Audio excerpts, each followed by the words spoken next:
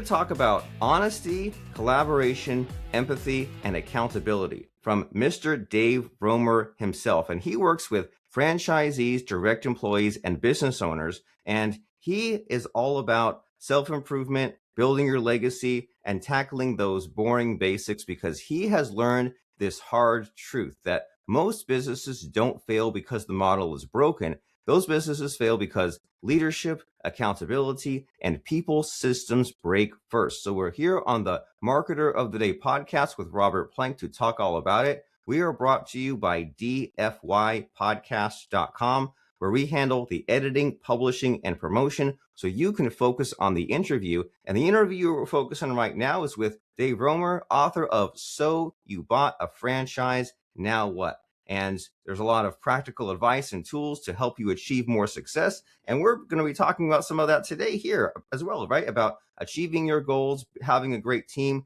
happier customers, make more money, build a business with incredible value. Who wouldn't want those things? So, Mr. Dave, how the heck are you? I'm great, Robert. How you doing this morning? I'm wonderful. It is 6:30 where I am, but I've got things to do today, so you get to it when you can. And so I'm excited to talk to you Okay. about what you've discovered and what you all about. So what are you all about? How are you unique? Yeah, well, look, I think over the years I've become more empathetic, and I think that makes me somewhat unique, especially when it comes to leadership. The thing that I've learned, many things that I've learned over the years, but one thing that I've learned is there's a huge difference between leading a team and managing. Right? I mean, you lead people. You don't manage people. You lead them. Things are managed, and I've worked for a lot of managers. I've seen a lot of managers, and I vowed that I wasn't going to be a manager. I was going to be a leader. So, I think that makes me somewhat unique. Very nice. So be a leader, not a manager. And you hear that, leadership applies not just at work, but also with your family and the people that you want to be around, and that leaders grow more leaders, right? So that way things don't have to depend on you, which I imagine might be kind of a shock to the system for some people, right? If they've kind of been used to not leading or managing at all, or just managing to kind of adopt this new mindset, it might be difficult. So like has this come naturally to you, or like what has your own evolution been like as far as leadership? Oh, it has not come naturally. I mean, yeah, I think everybody has a little bit of natural leadership ability in them, but it has to be developed, and it takes purposeful, mindful, uh, you know, effort, I guess, to develop that natural leadership that I think everybody has to one degree or another. It's interesting. I think, and I don't know if this is true or not. This is just my own opinion, but I think people need to be useful, and so that's one of the reasons why, as you said, the sign of a good leader is one that develops more leaders. Well, if you're developing more leaders, that means you're turning things over to them, and you're maybe taking a step back. And I think that is a good leader, one that can take a step back and let the team run, right? And it's like a I don't want to make a bad analogy here, but it's like a racehorse. I mean, at some point you got to let the horse run. And so Yeah. you can not feel useful when you do that because you're just kind of along for the ride at that point. But that's okay. I'm good with that because to me that's a sign of a great leader. Oh yeah. And I think about this all the time with my 6-year-old son. I'll say like, turn off the light switches downstairs or put your shoes on. And I'm really tempted to like do it myself. Or sometimes he struggles, or I say, hey, like, would you like a little bit of help? Or like, you put the left shoe on and I'll put the right shoe on. And it's just like I think you're so right. It takes that deliberate mental effort because it doesn't come naturally, but it also won't happen by accident. And so what has that been like for you as far as the results of it? So you figured out this whole leadership thing, and then as far as what you've done in businesses, when the franchises, what have you built? What have I built? I've built teams, and so and then the teams do the work.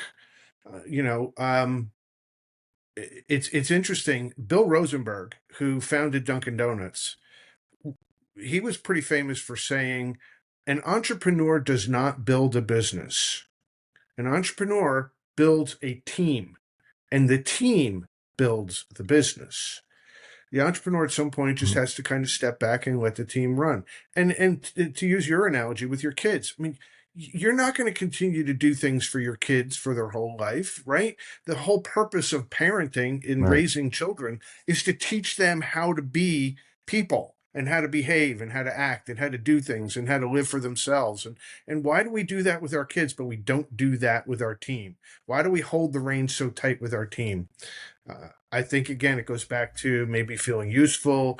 Maybe that I hear a lot of business owners say, well, if you want it done right, you got to do it yourself. No, if you want it done right, you need to teach someone else how to do it correctly and then follow up and hold them accountable for doing it. It's really not, the concept is not difficult. The execution makes it somewhat difficult. Of course. So, And as you're speaking, I imagine that the emotions and the ego definitely get in the way, right? In theory, it's cut and dry, but then the real world is messy. And whenever I talk to the podcast guests about franchises, it's like an amazing conversation, right? Because who knew that there were franchises for pest control, lawn care, garage door repair? oh yeah. There's so many. And just the concept is so cool because it's like there's all of these like systems in place. There's this branding in place. It's kind of once you see it, it's more nationwidely known. There's like the like group masterminds. It's like it's such a cool concept, and it's like right there all around us. And we might even drive past a branded truck or something and not even realize it's like a nationwide franchise that someone has plugged into. And so, like, what's your like relation to this franchise concept? Like, do you teach it, or like what are you all about as far as franchises? So, it's interesting. I think franchising is one of the greatest things ever invented because it allows businesses to expand at a much faster rate, uh, and they're not limited by their own capital, which is really what the impetus behind franchising was, right? People like Ray Kroc and Bill Rosenberg wanted to expand, but didn't have the capital to do it themselves, so they brought other people in. And the beauty of it is you can go into business as a franchisee. And I like to say you're in business for yourself, but not by yourself, because you've got this franchisor behind you. And if it's the right franchisor, they're there to support you, to guide you, to coach you, to give you the systems, to the proven systems, right? They figured it all out. They made the mistakes already. And so you don't have to make the same mistakes over again. You just learn from them as long as you're willing to learn and as long as you're willing to listen and follow the system.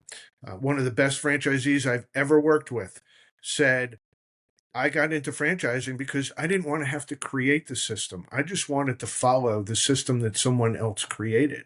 All I have to worry about is executing it at the best level that I possibly can. And the franchisor fixes the stuff that's broken and makes the improvements and does all those things. And then I just take the tools that they give me and I execute the heck out of it. So to me, that's a great concept. And it requires, though, and this is another uh, quality of what I think a great leader is, and that it requires humility. You have to be humble. You cannot think that you said it, you can't have a big ego, right? Ego has no place in business. It has no place in leadership. It's, if you think you're the smartest person in the room, you're in the wrong room. I'm sorry. You need to go in a different room because you're not learning. You're just expounding, and people get bored when they hear that. So, yeah, franchising is an awesome concept. I was talking to a potential client or candidate, excuse me, yesterday, and it allows you, if you're going to start your own business, you not only have to have the creative ability and mind and all that stuff, but it takes time to develop all those things. And he said it. He said, "Yeah, I'm going to make a lot of mistakes." I said, "Well, yeah, you're right. We already did that. Here it is. It's simple, and it may sound trite, but it's almost not quite, almost like a business in a box, right? That's how I would describe franchising in its most simplistic terms. So, Wonderful. Yeah, and you say that there's plenty of problems that you'll have on your own once you get things up and running. So why not kind of start a little bit ahead with many of the problems already solved that you might have had if you let that ego win and the humility lose if you tried to build all this stuff from scratch. And so you've had 37 years as a franchisor and a franchisee. So are there any like myths people incorrectly assume about franchises? any myths? I think Yeah. I don't know. I mean, if you're talking about the general public, I think a lot of folks don't understand that a lot of the businesses are franchises. They think that they're all like they think McDonald's are all company owned and operated, and they're not. They're franchised. They're individually, locally owned and operated in many cases. Um, many franchises are really just individual people who that just own and operate a business locally, and they're part of the community just like everybody else. Just because they have a national name on their sign doesn't mean they're not a local business owner, right? And so I think that's one of the myths. The other thing is, I think many people believe that just because you are a franchisee or you get into a franchise, you're automatically going to be successful. That's probably the biggest one. And nothing's automatic. I mean, if you think anything in life is automatic, then we need to have a conversation because it's just not realistic. Um, you got to work it. You got to work it, and you have to take responsibility for it, and you have to spend time in the business. And yes, you can get a business operating on quote autopilot, but nothing is ever 100% autopilot either. You've got to, even after you've been in it for several years and you've got a great team and things are going well, if you're going to realize the most opportunity out of that business, you have to constantly look at what you're doing and how can we get better. The whole purpose of life, in my opinion, is to get a little bit better today than you were yesterday in whatever it is we're talking about, I right? I love mean, that's what it's all about. And Yeah. so the minute you stop doing that, there's no standing still. You're either growing or you're dying, right? So I just can't seem to grasp the concept of I'm good where I am. No, because we're never going to be as good as we can be as long as we keep working at it. So, those are a couple of myths, I think, just about business in general and frankly about life. Of course. That's helpful. Incremental improvement. It seems like the cruel joke when automation, autopilot, AI, funnel building, all these things came about, the promise was that, oh, you set it and forget it, right? You build a web page and follow-up sequence and hey, it'll just run on its own. But it's automated doesn't mean that it's completely hands-off and you don't need to go in Right. and keep on improving the system and make things work better in that way. And Right. that's just a tough mindset to get into, but it seems like if you're the right person, that can really get you far, right? They talk about things like Think and Grow Rich and goal setting and like revisit your plans and get things in writing and kind of check on things every day, and what you focus on grows and so many things. And so like entrepreneurs and business owners are all about solving the problem, right? And being excited about solving problem with when perhaps maybe those that are not suited for it might shy away from problems and go for the more the path of least resistance. So there's kind of two choices, right? Do you do the easy way or do the hard way? And it's not unnecessarily hard, but it's just, rising to the challenge. And so when a franchisee that is perhaps struggling, like how do you know whether the problem they have is the system, the market, or the person leading the business? Yeah, that's a great question, Robert. It really takes a lot. You got to ask questions, right? I mean, that's really got to be the approach. Ask a lot of questions. What is going on? Yeah, and I also have to look at, is this the only person that's having this issue, right? Or is this more of a global kind of an issue? Because that'll lead you more to a systematic approach. And maybe it is a system problem, and maybe there's something there that needs to be tweaked or fixed. But most of the time, uh, and I don't want to discount that, because there are times when the system needs to be adjusted. Things change all the time. The environment changes, the world changes, nothing's standing still. And so, if the franchisor is not looking at their systems and saying, okay, this system worked 10 years ago, but it's really struggling today, how do we have to fix it? And you can determine that again by looking at, is this a global problem? Is it a couple of franchisees that are having an issue, or is it 100 franchisees that are having an issue, right? And then dig deep and try to figure it out. And so again, we all have to look at, how do we get better today than we were yesterday? And um, how can we be a champion today? And it doesn't mean we're going to be perfect.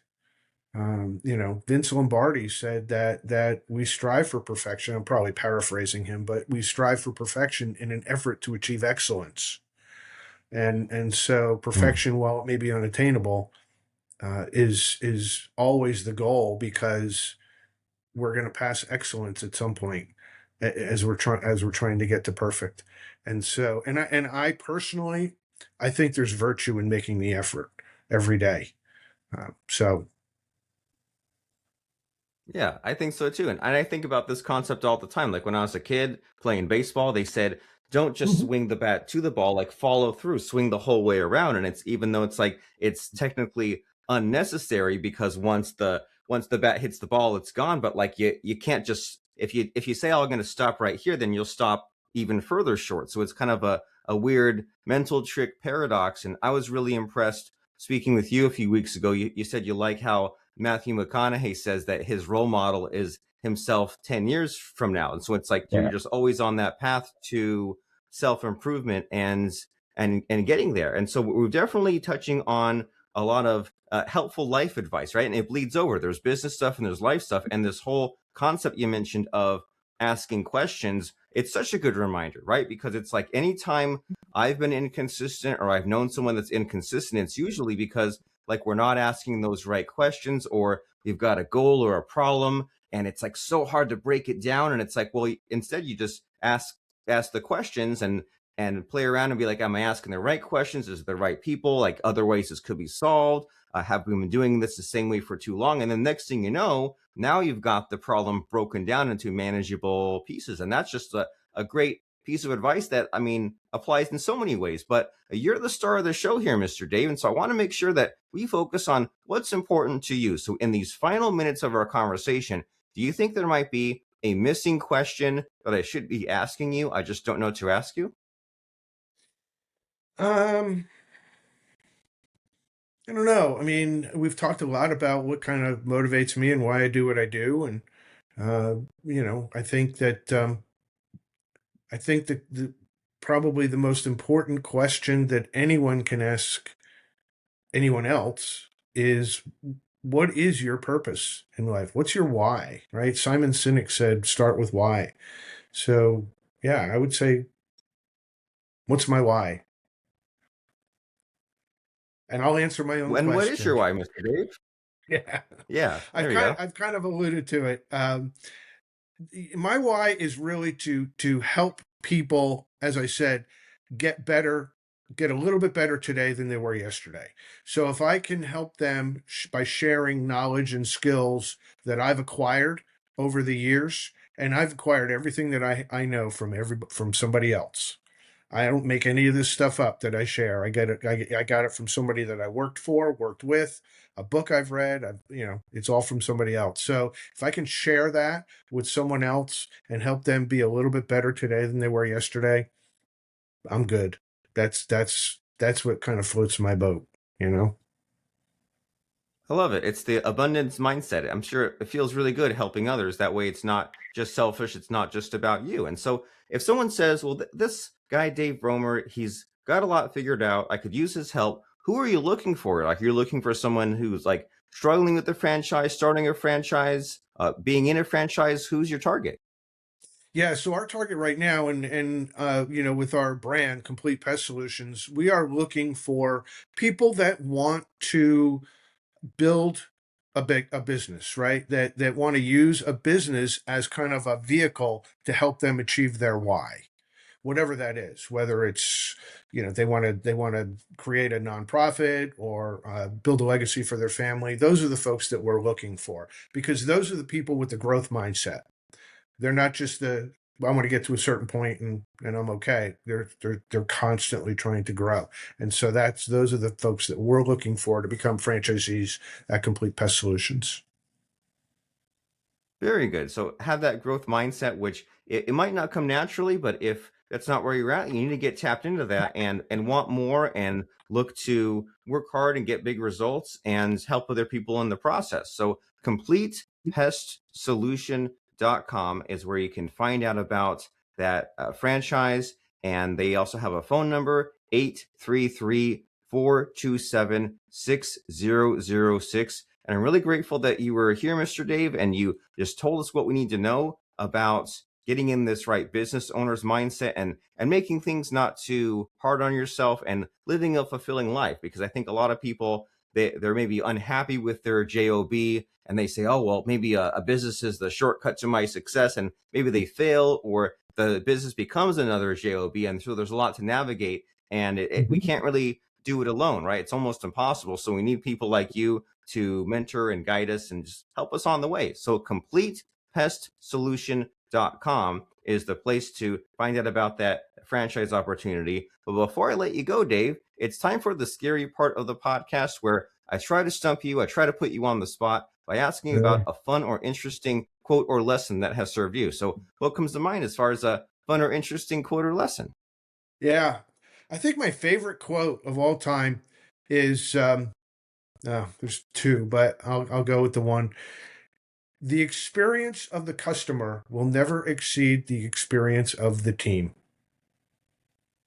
Oh, The people that are serving your customers one-on-one, they are the most important people in your organization. You got to make sure that they're happy, knowledgeable, have all the tools and skills and that culture behind them, because however happy they are, your customers are never going to be happier. very good. Very inspiring. A great lesson. So we need to have that experience as good and as high as possible. And you can find out more about Mr. David J. Roemer on LinkedIn. You search that name. That's David J. Roemer MBA. And then CompletePestSolution.com. That's singular pest. There's not two S's next to each other. So CompletePestSolution.com. And go and find out more and be curious and achieve great things in life. So thanks for showing up, Mr. Dave, and helping us out today. Thanks for having me, Robert. This has been a lot of fun. I appreciate it.